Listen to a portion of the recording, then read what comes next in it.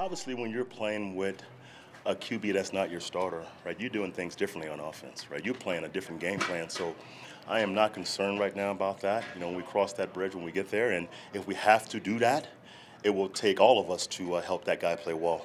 The game plan, the defense, how we play that game, how we win that game will be important. So I'm not concerned right now. You had that pressure period, or it looked like, yeah. And it looked like the offense struggled. Yes. They struggled a lot, and that's why we do it. It's a team pass period, and Billy's been great at calling really good plays versus our defense the first week and a half. But today we called 5-man pressures, okay, versus a pressure package. So we want to have our offense have the ability to block pressure without maxing up all the time. We want to get 4 guys out. We can always block the back, the tight end, and get 3 guys out with 3 wides, or get 2 guys out with 2 backs and 2 tights. But to be effective in the pass game, you want 3 and 4 guys out. Coach, it's finally a game week. Yes. I suppose as you prepare for Saturday, are you doing anything that you're talking about going to the pressure and all that sort of thing? Will you mix it up even more as we continue through this week? Well, we're in camp, okay? We're going to be in camp until probably Thursday. So Thursday we'll start with some Minnesota looks, and again, we're not game planning, but we want to practice some of their looks, so our guys have a chance to play well. But it won't be a big game plan for Minnesota. Your depth chart is out too? Yes. How much were you looking forward to or not looking forward to releasing that this morning? I mean, that's part of the league. It's league mandated. So for us, it's a starting point. It means nothing right now. We've had 1 scrimmage and 7 practices. So we'll get through preseason and see where we stand with the depth chart. It's going to change probably 50 more times, hopefully, right? I mean, we don't want to, stay where we are. We've got major competition in a lot of areas here, so it should change some. What's the process of putting that together, and who all is involved? The process?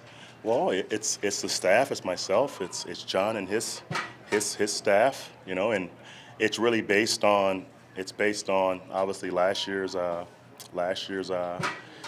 play time, and obviously the first week of camp and also the spring, But again, it's early, nothing's set in stone, but we did make some moves that's obviously noticeable. What do you see from Bradley as named first teamer that gives you the confidence that you can play there? Bradley Chubb? Yeah. I mean, we've been pleased with him, not just with his physical abilities, but with his football IQ. I mean, he's so smart, and he's walked in, he's done a good job for us, in the pass game, the run game, with the pressure. So he's earned that right now. Troy Fumagalli wasn't a full participant today. Any update on him? He's got a slight growing strain, and again, he had the sportsman's hernia surgery in the spring, so we're just being smart with him, He was really sore the last couple of days, so we gave him a day to get better. Do you still expect Jeff Hartman to be back sometime this week? Hopefully, he's doing well. He's progressing. Hopefully, he's back this week. Have you decided how you're going to split up the playing time with Patterson and Chad on Saturday, and how much the starters will? I'm not sure yet, Nikki, but it's been standard. The starters will probably play max 2 series, and after that, we got to figure out what's best for our football team. How fluid are the situations like running back? I'm sorry, say again? How fluid are the situations like running back and punt return where the competition seems to be really? It's very fluid. I mean, it may change 4 or 5 times, but right now we've got obviously Book as the lead guy. I mean, he's earned that right as the most experienced guy, and that punt returner is Isaiah. Obviously Jordan's not here. It's a PUP. Jordan, he would have been the first guy probably because he finished as the first guy last season, but Isaiah was 2, so he's 1 now. And absolutely, it's competition, and whoever earns it gets it. Coach, will that be primarily what you see in the games as opposed to out here in practice, or will it be, do you start putting emphasis on what you see on Saturday and beyond?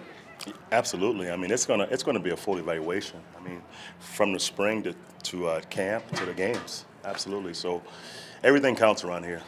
So we're not wasting reps. So whatever you do on the grass, you earn and you keep it. 6 rookies on the first 2 teams. How impressed have you been with this class? I've been very impressed. Again, it's a very mature class, and they've been really good in the classroom, and that's important when you're talking about pro football. It's a lot of volume, and it's a complicated game. So those guys have learned quickly, as far as the football IQ part of it. A few more for the coach. What's the biggest jump Chad Kelly's made from day 1 of camp now? Chad Kelly's healthy. Watching him throw last year before he went to and a 5, I think. He wasn't healthy. You know, I mean, he's throwing the ball now. You know, he's healthy.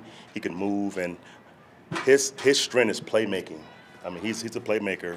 It doesn't look clean all the time. He's kind of moving around and scrambling off his back leg, but he does make plays, and he is fearless. Last year, you talked about consistency with the starters being Paxton and Trevor Lynn. With the two backup guys, Chad and Paxton, is that still something you're looking for? Have you seen consistency from those guys in back-to-back days, drives? Right. You know, we need more from those guys, obviously, as far as being consistent, but I'm assuming every team in the league with their backup needs more consistency, you know, except the Eagles probably, right?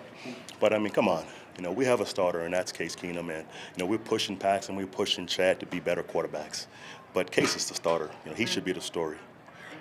Last one, Jeff. Will Brock practice this week at all? Tremaine Brock, if he does, he probably won't play in the game, to be honest. It's a hamstring. He's getting better fast, but just being smart for the long run, he probably won't go on Saturday.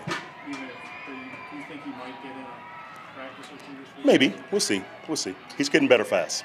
Thank you, Coach. Thank you, guys, okay? Thank you. Enjoy your day.